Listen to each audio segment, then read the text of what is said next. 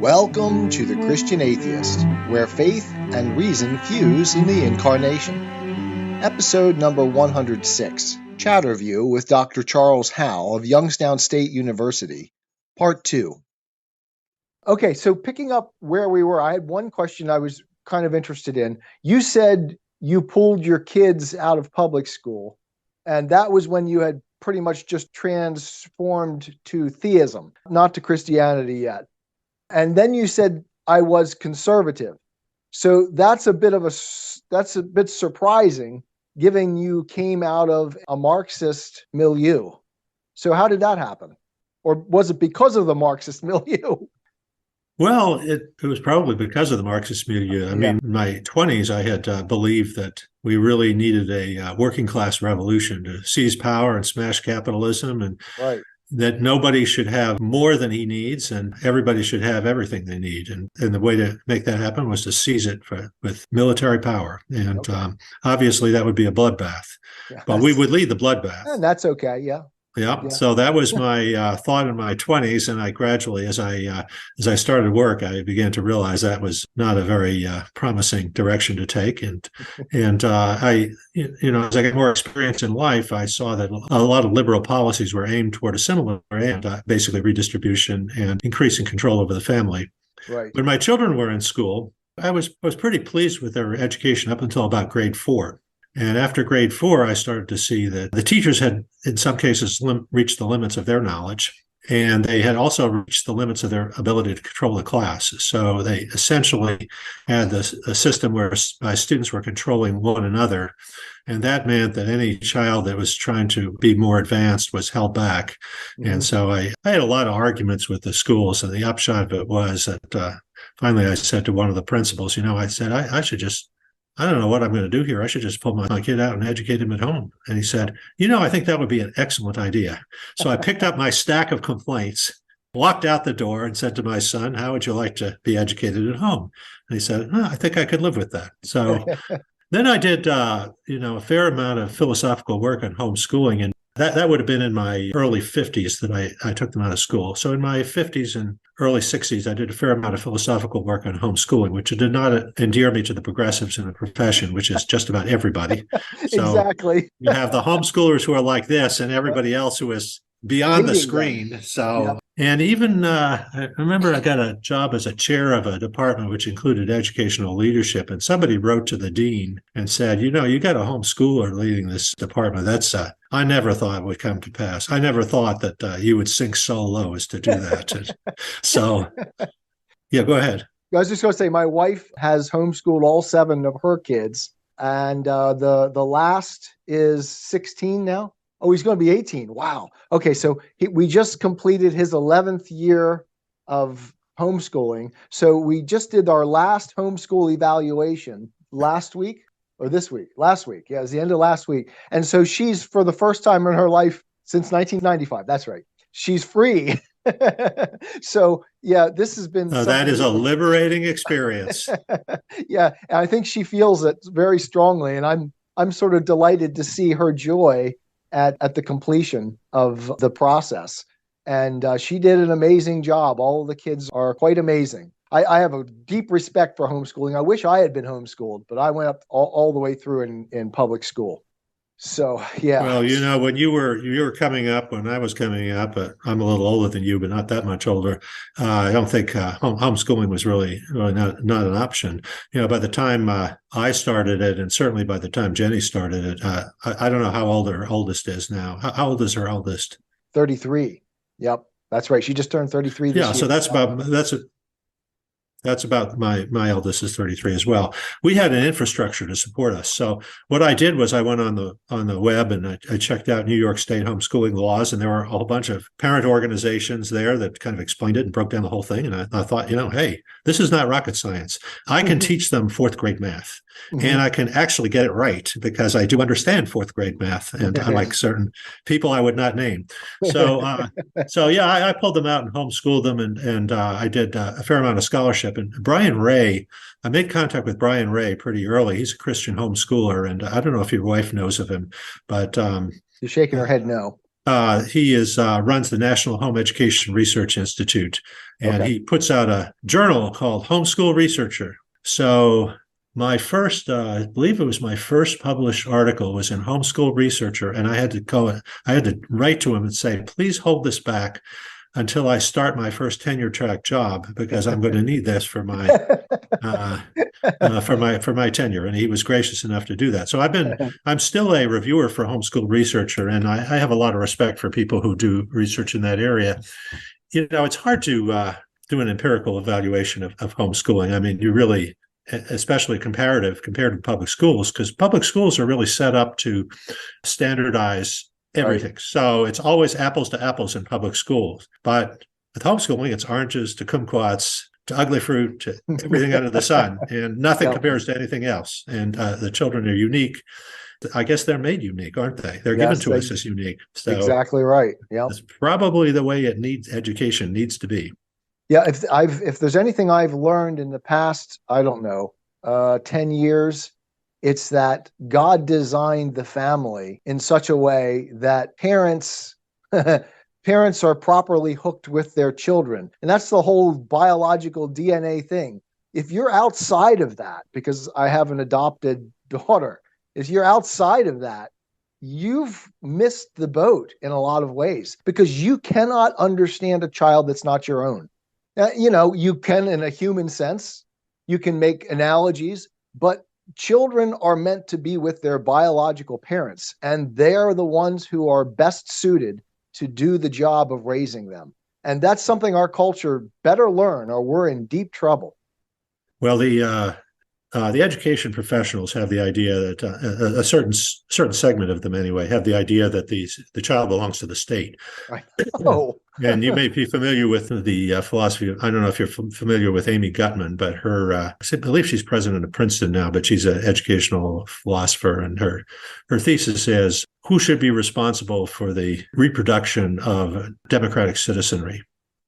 Well, you've kind of answered your own question there, democratic citizenry, and therefore children should be educated in public schools. Mm-hmm. But if you believe that God has given parents responsibility for the education of their children and for the well-being of their children, then you know that you cannot subject children to something that's going to harm them. And if they are being harmed in public schools, not only do you have the right to remove them, but you have an obligation to remove them. I agree. Parents who tell me, my kid has been bullied for the past 2 years, I'm looking at, I'm trying to hide my facial expression from the horror I feel that you're telling me this and you haven't put a stop to it by removing the child. And I know that some parents feel uneasy about their ability to do this, but you don't have to have a doctorate in education in order to homeschool your child. Right. There are so many resources out there that you can take advantage of. So I get it that parents are intimidated by the state bureaucracy and all of that, but really you don't have to consult the state bureaucracy to know if your child is miserable. Yeah. And you don't have the right to make that child miserable. They're not going to learn. Yeah. I'm actually really fascinated and hopefully we can do some more of this at some point, because you're still in the normal school tradition, right? You're the teacher teaching teachers. I am. And I mean, I taught at East Stroudsburg University, which is also a normal school. And I was horrified by what it is they're teaching, because it seemed to me as though they weren't teaching content at all. It's like you didn't need to know anything. You just needed to know the way in which you're supposed to teach.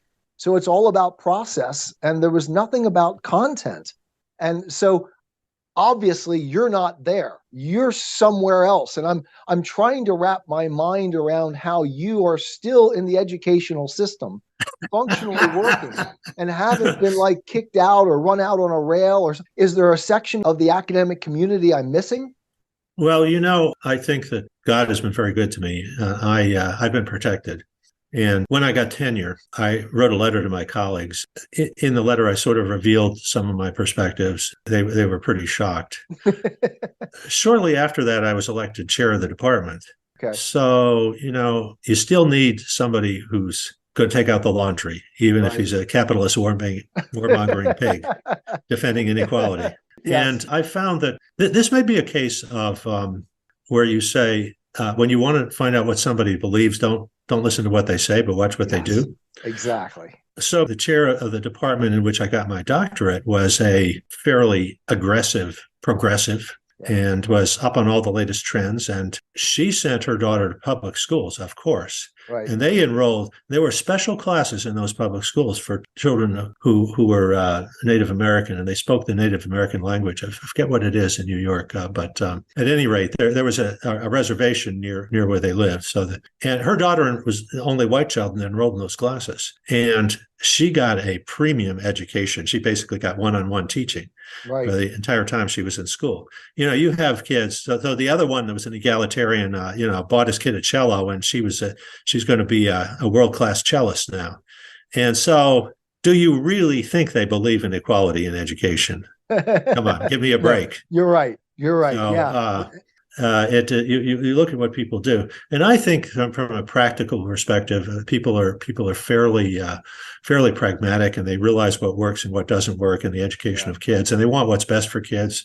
And so I can buy into that. I don't think school is necessarily the best setting for them, but a lot of children flourish in school, and we put out a lot of good teachers with a good heart, which I think is very important. And we put out some highly educated teachers who are really academically highly skilled. Now, it's a range. You got to understand that part. Right. It's a range, and you got some up here, and then you got some down here. Right. And unfortunately, the market determines the distribution, right? So the city schools are so chaotic. They have a transient population, so they're always moving people around. And as a result, teachers don't necessarily know whether they have a job from year to year. And so the teachers who have the most upward mobility, the most capable teachers, have a path out. So there are two kinds of teachers left that stay in the public schools: those that have a passion for urban kids, which I did. And urban kids have a lot to give back to you in terms of their love and their need for you and their appreciation, the family's appreciation for you. So that's a motivator. But the other kind is the people who couldn't make it anyplace else. Yeah. So you've got a kind of bimodal distribution of talent in urban schools, and schools vary widely in the abilities of the teachers who went to them. Back in the day, before they started making women lawyers and doctors, which is a really great thing I have to add, because I've had some great women lawyers who have just sued the heck out of some really awful people. And I really appreciate it. Exactly. But before they could do that, they were teachers. And by God, you had people with first-class legal minds, potentially first-class legal minds, teaching your first graders. Mm-hmm. And you got a damn good education. The other thing that they had nuns. And that's why the Catholic schools were so darn good, because nuns were highly educated. They had excellent education. I began my teaching career teaching with nuns, and my first principal, Sister Anne, became my lifelong model for leadership, because she was a schemer, she was crafty, she was a person of character, she was a person of God, and she was a loving person. And she trained me. She taught me everything I knew. I love your combination of traits there, because all of those things do and can and oftentimes should come together in a person of God. And that's neat. It's a neat characterization. Well, you remember in, what was it, Chronicles, where the left-handed man who slew the oppressive king, when God had mercy on and he sent a left-handed man, and he went up to visit the king with the sword concealed underneath. And Jenny's my Old Testament resource. Yeah, and he slew him, and he slit his throat. And so my wife sometimes says to me, I don't know if it's that godly for you to be quite as deceptive as you are. And I said, well, check Chronicles, and then you'll know. So interestingly, you sort of were hinting at the notion that may give me a thread to hold on for our culture. You seem to be indicating that there's sort of a pragmatic conservative underlying the veneer. I hesitate to call it a veneer as deeply as it's gone these days. The veneer of socialist liberalism, progressivism that has dominated our discourse and our public life over the past, 20, 30 years. I don't know how deep into the weeds you've gone into the Christian Atheist, but that's one of my central concerns. And one of the reasons I founded the whole thing is I wanted to get Christians a little bit more knowledgeable about why we are where we are as a culture, right? What direction are we headed? I think that's very true. So I would hope that the memoir of a 60s radical who became a fairly conservative guy and a Christian, and gave up all of the doctrines of his youth, ought to encourage listeners that, let's say, the current reality is not our inevitable future. But I would just say, just from observation, that we have a solid population of pretty ambitious and pragmatic young people coming through. So I'll give you an example. My stepson is pretty rabid liberal. Well, let me say this. He believed strongly in egalitarianism, that we're all in this together. You shouldn't pull your child out of the public schools. And then he got a graduate degree. They had a child. The child turned 5. It was time to send the child to kindergarten. They got a house in the city of Youngstown. He found out what some of the schools were like in the city of Youngstown, and lo and behold, we have school choice here. He could take a $6,000 voucher and send his kid to the Montessori school where all the academics and the doctors and lawyers' kids go. And that was where this kid went, because he felt the pull. He felt his obligation to his child. Right. Now, you could say, if you could reform the Youngstown city schools, you'd make it better for everybody. Well, if you have a really good idea for that, people have been trying to do it for 50 years, reform city schools, maybe 50 years from now, you'll make it happen if you are a real genius. But by then, your daughter will be having her own grandchildren, and you can send them to public schools. But in the meantime, you have an obligation not to let this happen to the kids. So, I think he really understood that argument. So I have to say something else about the distribution of these political views, and that I think that disproportionately the elite schools tend to graduate the most privileged and arrogant and morally ambitious people. They want to fix the world. Yeah. They think it's their duty to fix the world. And that was part of my problem. I went to a prep school that FDR graduated from. I went to the elementary school that JFK had graduated from, and JFK was inaugurated when I was close to my 12th birthday when I was in that school. And so I had ideas that, the only thing worth doing was fixing the world, saving Social Security, saving us from the Depression, saving us from whatever. Yeah. And so when I got out, that translated into this Marxist program, and a very dangerous ideology. But, I went to, as a young radical, I worked at Georgia State. I studied at Rhode Island College. I studied at Georgia State, studied at a junior college. None of those kids there were at all interested in what I was selling as a young radical. I think you could probably say the same thing for Antifa today. You send Antifa here to Youngstown State and try to recruit from the kids walking across this quad, they're not going to get many takers. They're probably going to get run off in a heartbeat. If you send them onto the campus of Princeton, it may be a different story. So I think that sometimes these people get a little more airtime than they fully deserve. Well, I'll tell you what, I have like a billion things that I would love to talk about with you further, but I would like to hand over. I mean, do you have anything that you want to ask me or talk about that I haven't brought up? Well, I know that at some point we're going to talk about this memoir. So I wanted to ask something about, I want to ask you something, because the memoir is full of references to God's intervention in my life. Mm-hmm. I was a little uncertain how to manage this, whether to show or tell. So showing it, I would show what happened and let people infer. But then I realized it's probably not enough, because I didn't even realize it myself at the time. So I'm just going to tell them. But then I'm thinking, well, how credible is this? And I know you have talked through the looking glass about, or maybe it's elsewhere, about how God had intervened in your life. Evolution of your thinking probably reflected God's agency and care and guidance and so forth and so on.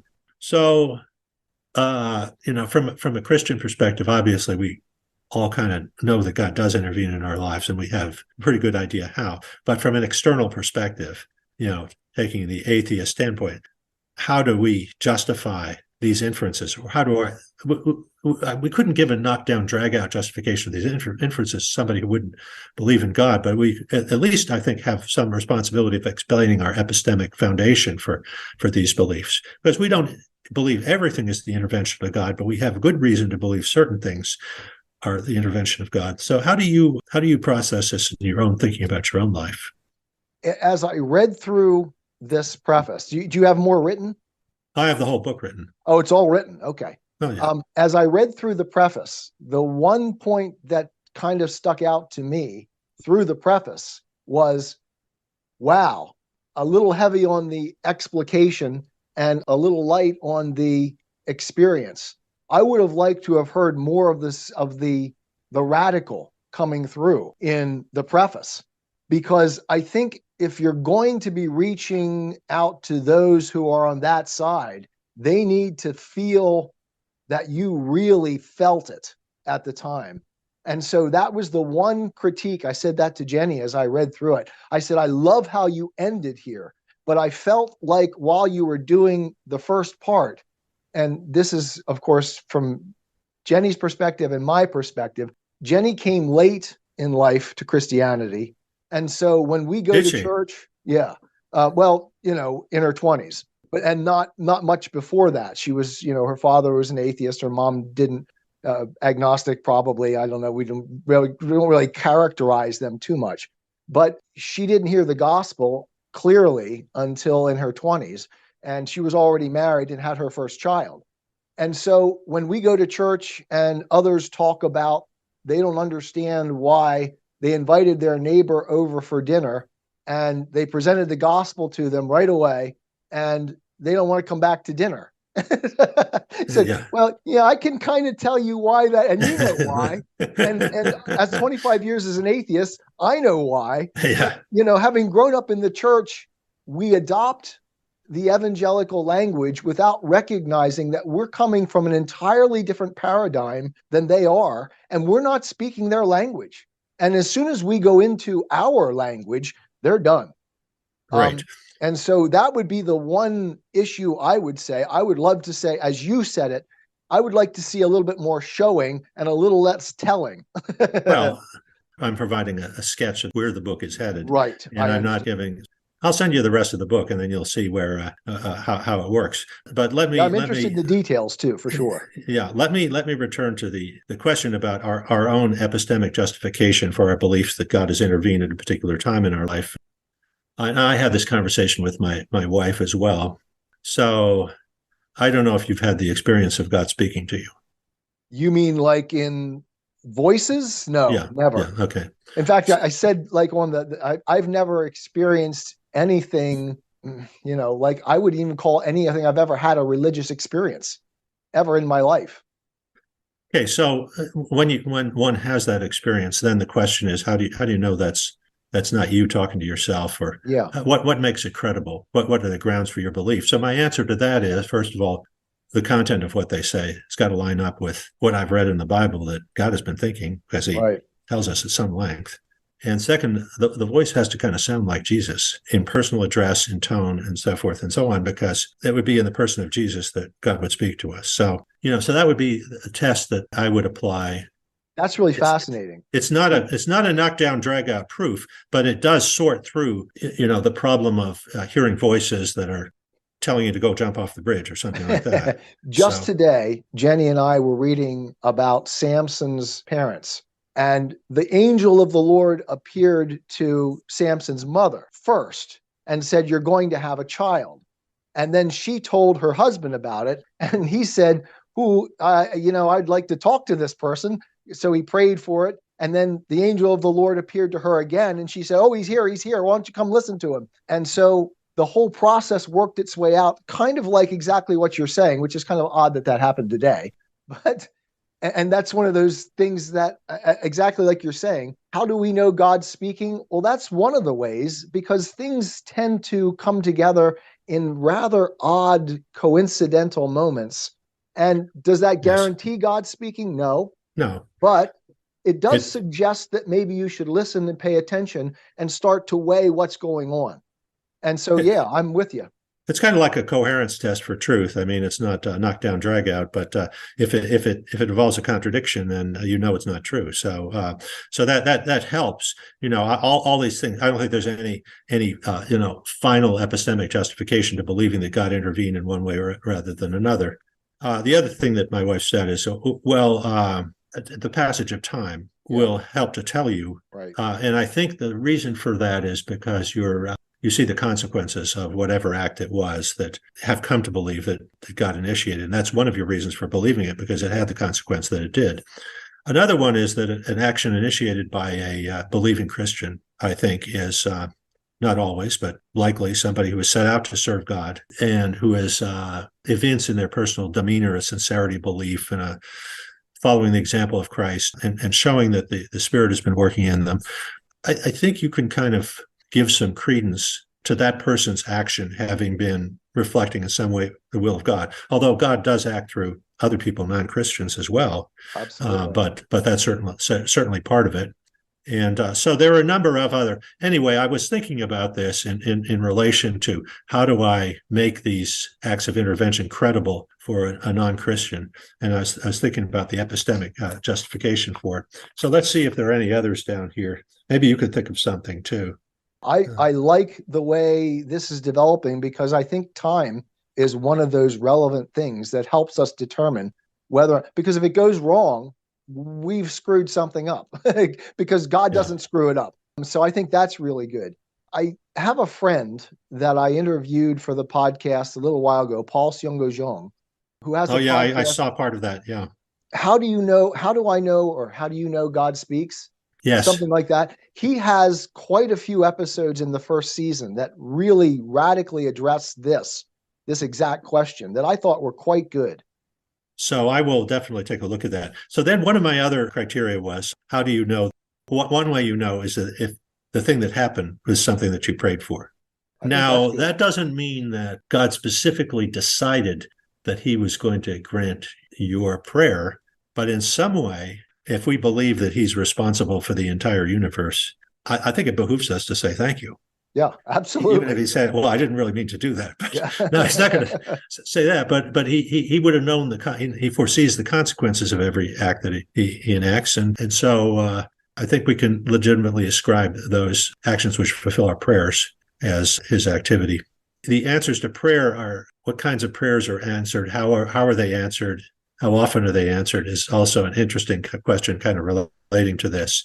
And as I said, after I made the bargain with God, if you get me out of this, I'll pray every day of my life. So I've had a lot of prayers. So I was thinking back on how many of them were answered. So I think every time I applied for a job as a dean, which was 29 times, I prayed. But I didn't pray that I would get it. I prayed if this is the right job for me, that I will get it. And so 28 no's and one yes, but technically they were all yeses because I didn't belong in that other place. And it turned out there was a very powerful reason for being in Youngstown. And that was that my eventually to be wife, who is now my partner in Christ, was located in Indiana, close enough for us to communicate and meet. And I'd like to hear that story at greater length. We're down to 8 minutes left on this episode. So it's going to cut out in about, 5, 6 minutes. Yeah, that's fine. So we can cut it short. We can do a few more things. If you have things pointed you'd like to ask, let's do them. Well, let me see. I do have a note card. I'm not on a particular time schedule here, so you may be, but see if I have that note card. You're probably a little bit more vital than me. I'm getting tired, actually. Are you? Okay. Well, let's come back to this. You know what I'll do? I'll send you the rest of the manuscript. What formatting do you like? You like double space? You care? Oh, no, I don't care. Yep. You can send it to me. However, I'll read the whole thing to Jenny because we read everything together. Really? So, yeah. Oh, yeah. So what you need to do, maybe you're going to print out 2 copies or maybe just 1 copy will suffice. And you're going to have a pen in your hand. Yep. That's what I do. Every time you have a question or it doesn't make sense or more elaboration is needed or it's too wordy or it's too much telling and not enough showing you.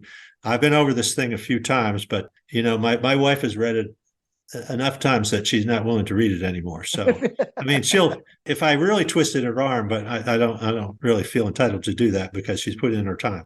So now it'll be in your hands and then we'll talk again. That sounds perfect. Well, this has been a lot of fun. Absolutely fantastic. Yeah, I've really, really enjoyed it.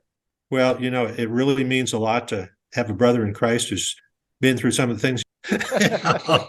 It's nice to be understood and to talk with somebody who's been through some of the same things. So, and I am deeply encouraged that you are still in the educational realm and that there's some sort of Christian influence that's actually moving forward. That is so exciting for me to know. Yeah. So I really appreciate your contacting me. I appreciate your listening to the podcast, which, that can get, I would think eventually in some cases it gets a little oppressive.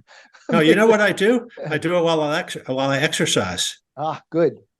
And I was very interested in your interview with Justin Brierley, and which I heard on your podcast, but I don't know how to navigate his YouTube. I know how to navigate yours, but not his. But it's so that's how I do it. So it was enjoyable. So, all right, sir, I will send you that. We'll set another time to talk. Sounds good. God bless, Charlie. Okay, God bless you. Care. Take care. Bye.